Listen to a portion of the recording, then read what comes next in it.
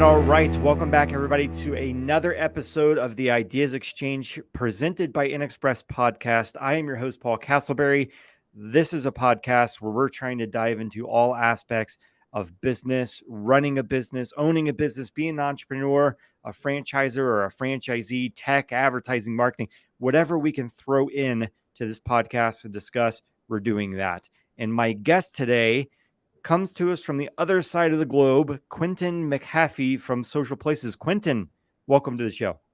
Hi, Paul. Thanks for having me. Yeah, it's a great honor. Thank you. It's a great honor to have you because this is another guy that I could sit and talk for hours with because we both are nerds when it comes to marketing. I think that's fair to say. Maybe I'm the nerd, you're not, but 100%. yeah. So Quinton, tell us a little bit about yourself, where your background, where you come from, and what you do. Brilliant. So, sure. I started my career building high sites for wireless telecoms companies for like the emergency services, VoIP solutions, and ISPs. I met my business partners in 2013 and we formulated Social Places. We started off doing listings and citation management for a couple of franchisors and their franchisees. And then from there, it sort of naturally evolved into, the work was hard to do manually. So what we did was we started looking at building a software solution to automate a lot of these processes for these larger multi-location brand companies. And from there, we built out our reputation suite as well as our social suite. And it just snowballed from there. The rest is history, as they say, right? Brilliant. Yeah, 100%. So, Quinton, I think it's pretty unique that the perspective you have when it comes to marketing and the services you offer and what your company does. I certainly have never really looked at this aspect of business before, and it's kind of what you had mentioned earlier: reputations, managing that and locations and things like that. So, kind of give us a little bit more background on that and just kind of the angle you take when it comes to managing that for a business and why people should even consider it. Yeah, so it's something we like to do at Social Places is leveraging your local social and mapping platforms. We believe and we know the customer journey starts with search. So we did a deep dive into the algorithms and how those ranking factors work on an algorithm. So like InXpress, for instance, as a brand, you have a couple of hundred locations globally. Each location has multiple avenues to market on, whether it be a Google listing, a Facebook local page, a Waze listing, Apple Maps, etc. We can build something called NAP consistency on that network and create a digital ecosystem of assets, free assets, and then unlock those potential through local SEO work. So the same as like your top-down SEO works, we can do the same kind of optimization and SEO work on those local listings and citations to drive discoverability on these search algorithms. So a big part of our solution is building out that digital ecosystem for our clients and partners. And then we built a tech stack that allows them to easily manage that digital ecosystem and empower their franchisees to utilize those sites to either answer their customer reviews through AI, get smart alerts, deliver content at scale, localized content, and we can jump into a bit more of that later. Yeah. And that's why I think it's pretty unique what you do in your approach to this, because I think a lot of people who sit in a marketing seat or whatever for a business, they know about SEO, they know about optimization of websites and all that kind of stuff. But I think very rarely do people think or even look at optimizing their locations on those different avenues like you had mentioned. So I think that's pretty cool. You sent over some slides that I want to dive into if you're cool with that, and we can kind of unpack that. All right. Yeah. Unpack this for us here. You got some data and some stats that you kind of want to put behind all this that we're talking about. So walk us through this. So this slide really talks to like how many users are making daily, if not weekly searches, utilizing the various search platforms. So we know that there's a couple of factors at play when making a search. We talked about the NAP consistency earlier. Now, NAP stands for naming convention, address, phone number.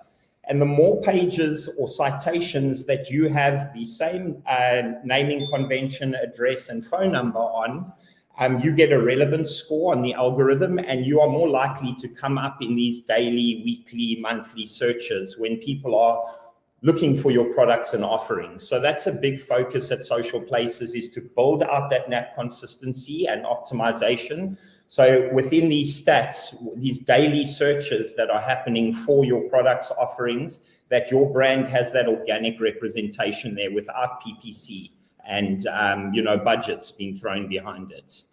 So I gotta ask a question. I mean, I would think that it's just a set it and forget it. I mean, is that the case, or do we have to keep an eye on that and constantly go in there and update that and make sure that it's getting listed?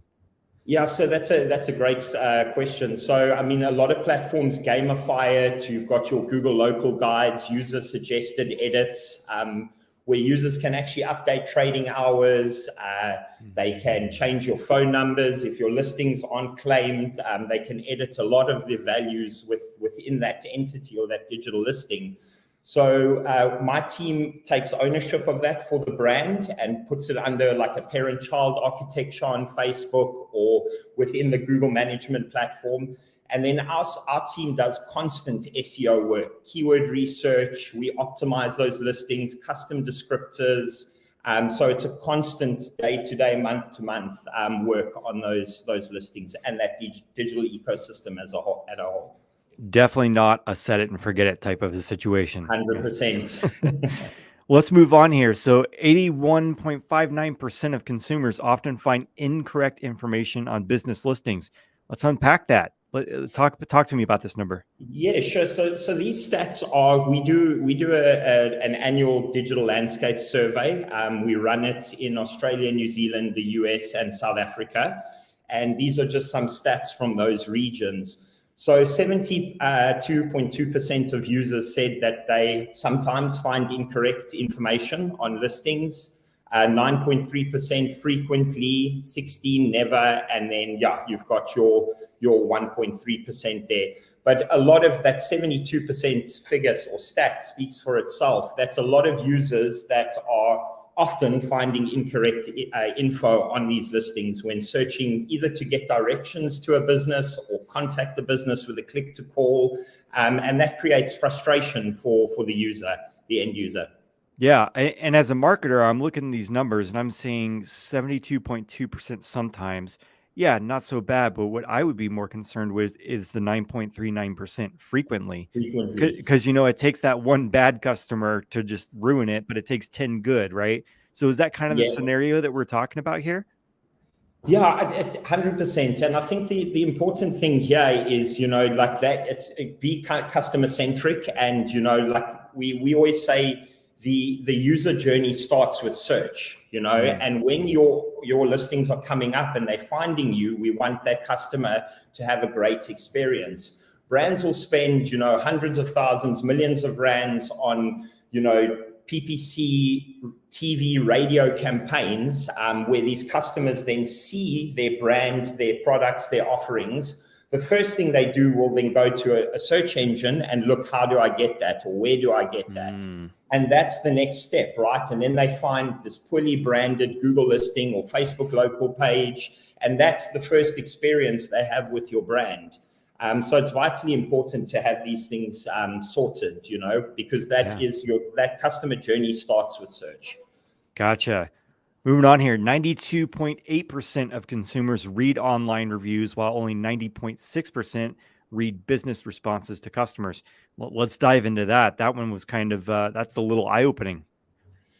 Yeah, so it just shows you how many people will read a review before making a decision to buy, right? And we say like reviews are the new word of mouth. We also have a stat in our survey, and we can share it with any of the listeners, the full survey.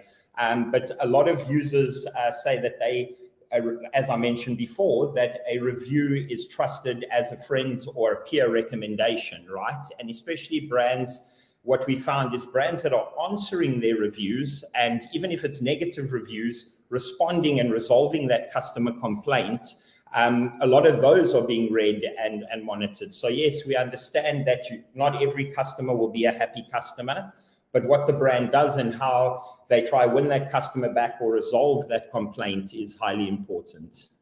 I am that guy that goes on Amazon, and when I read that just 1 out of 40,000 reviews and it's negative and it's bad, I'm like, all right, let me go check out another product. So I think that's kind of human nature, right? We read that one negative, and if there's not a response or any kind of resolution to it, we're kind of like, I'm That's walking what away. yeah.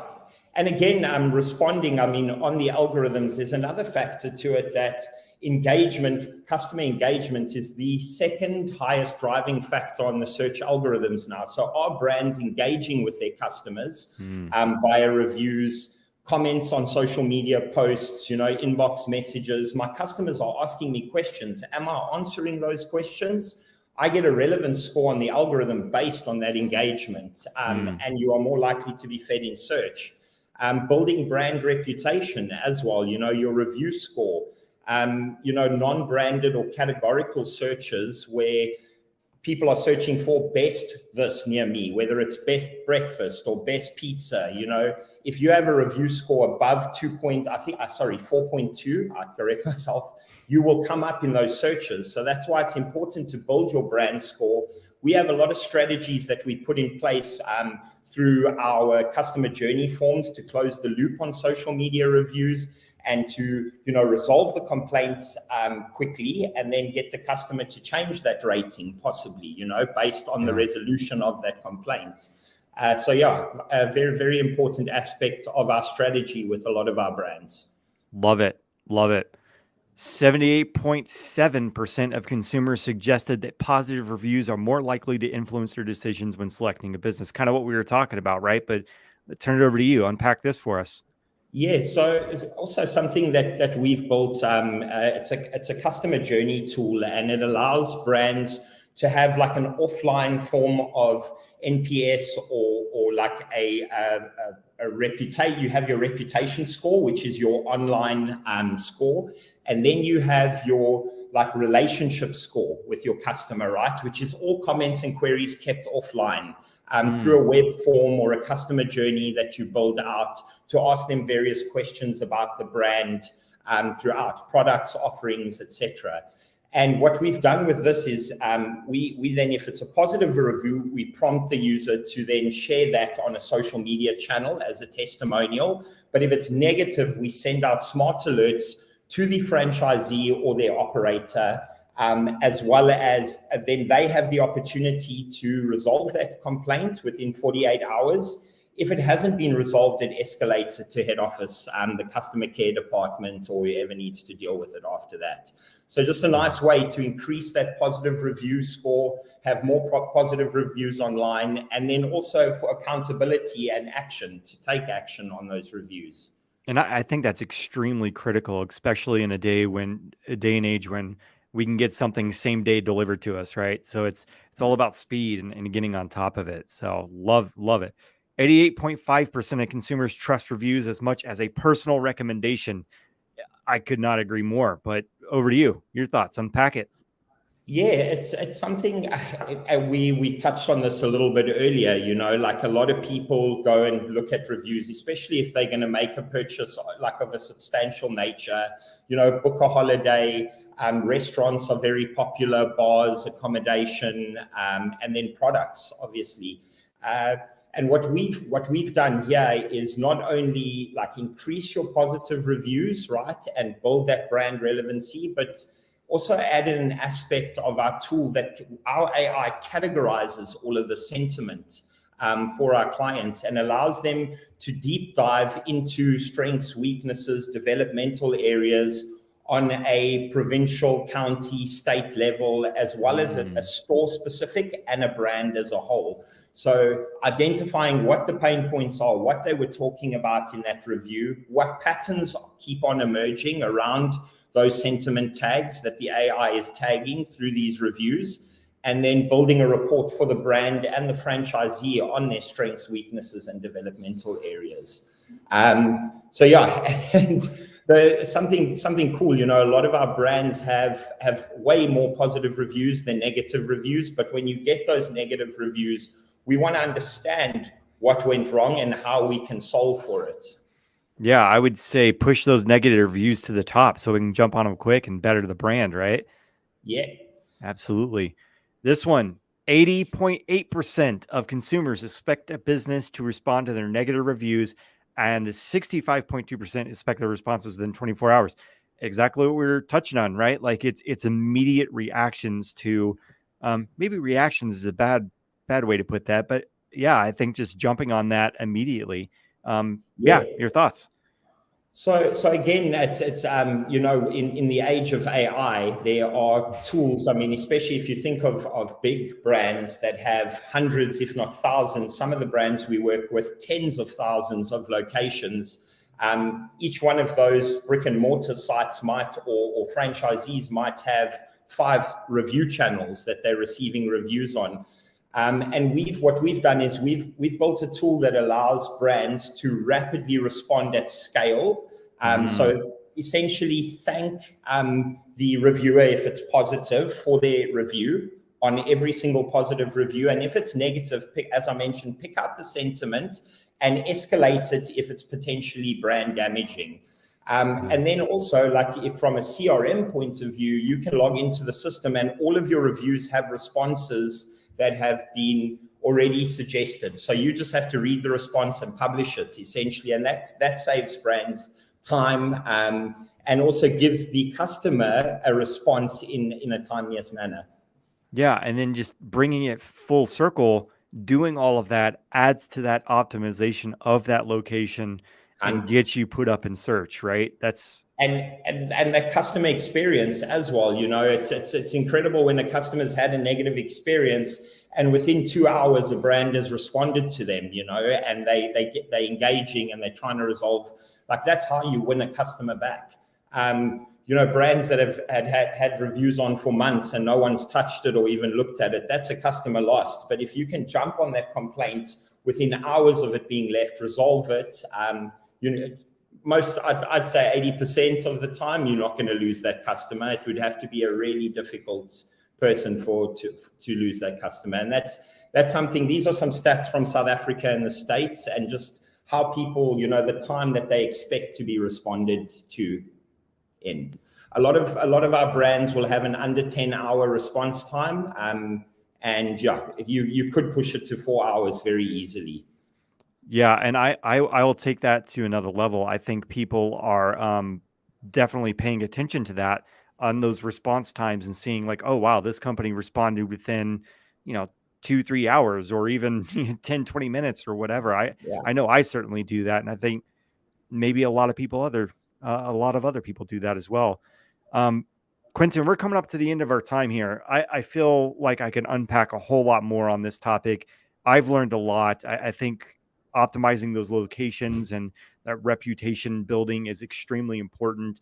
And I can't thank you enough for bringing this to our attention and the things that you're doing over at Social Places. But I want to leave some time here at the end to just kind of leave you an open mic over to you and share any kind of closing thoughts around this topic. And yeah, take it away. Brilliant. Thanks for having me. And yeah, I think, you know, for brands to look at hyper localizing their marketing approach and build out a hybrid model, you know, speak to your agencies, understand how we can get localized content, even from something as small as, you know, posting local content to individual pages. There's a lot of software out there that's available that allows for it to automate a lot of that with dynamic call to action. It really localizes. We have a stat in our survey, you know, like I think it's around 79% of consumers prefer to hear their messaging from their local store or that from the franchisee rather than, you know, a brand page, that top-down approach. So yeah, I think look into localization and building out a local strategy. It's very important. And the kind of engagement, community building that you get from that, you know, we always say our elevator pitch is we empower the world's largest brands to communicate with their customers on a local level. and keep that essence, that startup feeling, that, small business energy around it, and that personalization to your customer alive. I can tell our audience that I've had multiple conversations with Quinton, and your energy and your passion in this space is up there, and it's inspiring. So thank you for taking the time out of your day to share some thoughts with us, your expertise and what it is you do. And yeah, just thank you so much. Really appreciate it. Brilliant. Thanks for having me, Paul. I appreciate it. And for our audience, I'm going to link in the show notes that study you were talking about. If you want to go check out Social Places, I'll link their website below as well, so you can see everything that they're up to. And Quinton, thanks again, my man, and have a good rest of your day. Yeah, be well. Cheers. Bye, Paul. Take care. Bye. Ciao, ciao. Thank you so much for listening to the Ideas Exchange podcast presented by InXpress. If you enjoyed this episode and you want to show us some love and support, please share it out with others on social media or leave us a rating and review. If you want to know more about what InXpress is, visit inxpress.com to find out what they do and how they can help you and your business. That's InXpress.com. Thank you so much, and we will catch you in the next episode.